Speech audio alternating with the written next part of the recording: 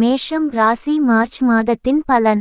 இந்த மார்ச் மாதம் முதல் பாதியில் உங்களுக்கு மிகவும் சாதகமாகவும் பிற்பாதியில் ஒப்பீட்டளவில் குறைவாகவும் இருக்கும். மாத தொடக்கத்தில் செவ்வாய் மற்றும் சுக்கிரன் உங்களின் 10ஆம் வீட்டில் பெயர்ச்சிப்பதால் ஆன்மீக பலத்தையும் பணியிடத்தில் வெற்றியையும் தருவார்கள். உங்கள் ராசியில் இருக்கும் குரு பகவான் உங்களுக்கு வெற்றியை தரும். சரியான முடிவுகளை எடுக்கும் திறனை வழங்கும். 12ஆம் வீட்டில் ராகு இருப்பதால் செலவுகள் அதிகரிக்கும். 11வது வீட்டில் சனி, சூரியன் மற்றும் புதன் வருமானத்தை அதிகரிக்கும், ஆனால் காதல் உறவுகளில் பதற்றம் அதிகரிக்கும். குறிப்பாக மாதத்தின் பிற்பாதியில் உடல் ஆரோக்கியத்தில் கவனம் தேவை. செவ்வாய் அதன் உச்சமான ராசியில் இருந்து உங்கள் 10ஆம் வீட்டில் அமைந்திருந்தால் அதனுடன் சுக்கிரனும் இருப்பார். உத்தியோகத்தில் முழு மனதுடன் உழைப்பீர்கள். கடின உழைப்பால் நல்ல பதவி கிடைக்க வாய்ப்பு உண்டு. ஆனால் சுக்கிரன் 10ஆம் வீட்டில் செவ்வாயுடன் இருப்பதால் கவனமாக இருக்க வேண்டும். பணியிடத்தில் உள்ள யாருடனும் காதல் தொடர்பு இருந்தால் உங்களுக்கு சிக்கலை ஏற்படுத்தும். 7ஆம் வீட்டின் அதிபதியான சுக்கிரன் 7ஆம் தேதி முதல் 10ஆம் வீட்டிலும் அதன்பின் 11ஆம் இடத்திலும் நிற்பதன் மூலம் உங்களின் தொழில் வளர்ச்சிக்கான தெளிவான குறிப்பை கொடுக்கிறார். உங்கள் திறமையை உணர்ந்து கடினமாக உழைக்க முயற்சி செய்யுங்கள். இதன் மூலம் நீங்கள் நல்ல வெற்றியை பெறுவீர்கள்.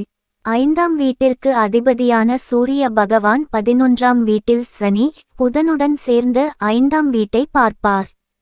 செவ்வாய் உங்கள் 5வது வீட்டை 10ஆம் வீட்டிலும் குரு முதல் வீட்டிலும் பார்ப்பதால் 5ஆம் வீட்டில் பல கிரகங்களின் தாக்கத்தால் உங்கள் படிப்பில் தடைகள் மற்றும் தடைகள் இருக்கலாம். 2ஆம் வீட்டிற்கு அதிபதியான சுக்கிரன் மாத தொடக்கத்தில் 10ஆம் வீட்டிலும் 7ஆம் தேதி முதல் 11ஆம் இடத்திலும் அமர்வதால் குடும்ப வருமானம் அதிகரிக்கும்.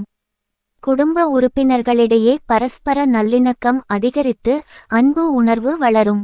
4ஆம் வீட்டில் செவ்வாய் மற்றும் சுக்கிரனின் தாக்கம் இருப்பதால் சிறு சிறு பிரச்சனைகளை ஒதுக்கி வைத்து விட்டு உறவுகளில் டென்ஷனை குறைத்து அன்பு அதிகரிக்கும். சூரியன், சனி, புதன் மற்றும் செவ்வாய் மற்றும் வியாழன் ஆகியவற்றின் கூட்டு செல்வாக்கு 5வது வீட்டை பாதிக்கும். இது உங்கள் காதல் உறவுகளில் சிக்கல்களை ஏற்படுத்தக்கூடும். ஒருவருக்கொருவர் வாக்குவாதம், சண்டை வரும் சூழ்நிலை உருவாகலாம். திருமணமானவர்களை பற்றி நாம் பேசினால், குரு பகவான் மாதம் முழுவதும் உங்கள் 7வது வீட்டில் முழு கண் வைத்திருப்பார். இதன் காரணமாக உங்கள் திருமண வாழ்க்கையில் முழுமையான மகிழ்ச்சியை பெறுவீர்கள். திருமண வாழ்க்கையில் நீங்களும் உங்கள் வாழ்க்கை துணையும் சேர்ந்து பல முக்கிய முடிவுகளை எடுப்பீர்கள்.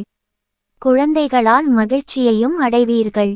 நிதி பார்வையில் உங்கள் ராசிக்காரர்களுக்கு இந்த மாதம் மிகவும் சாதகமாக இருக்கும். இந்த மாதம் முழுவதும் ராகு உங்கள் 12வது வீட்டில் இருப்பதால் நீங்கள் எதிர்பார்த்ததை விட அதிகமாக செலவு செய்யத் தொடங்குவீர்கள் என்பதை நீங்கள் மனதில் கொள்ள வேண்டும். உங்கள் செலவுகள் மிக அதிகமாக இருக்கும். அவற்றை கட்டுப்படுத்துவது உங்களுக்கு மிகவும் முக்கியமானதாக இருக்கும். 12ஆம் வீட்டில் ராகு, 6ஆம் வீட்டில் கேது மற்றும் 11ஆம் வீட்டில் சனி, சூரியன், புதன் மற்றும் 5ஆம் வீட்டில் அவர்களின் அம்சம் இருப்பதால் உடல்நலம் தொடர்பான பிரச்சனைகளை சந்திக்க நேரிடும்.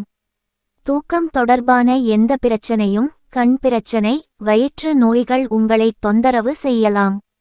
பரிகாரம்: புதன்கிழமை மாலையில் ஒரு கோயிலில் கருப்பு எள் தானம் செய்யுங்கள்.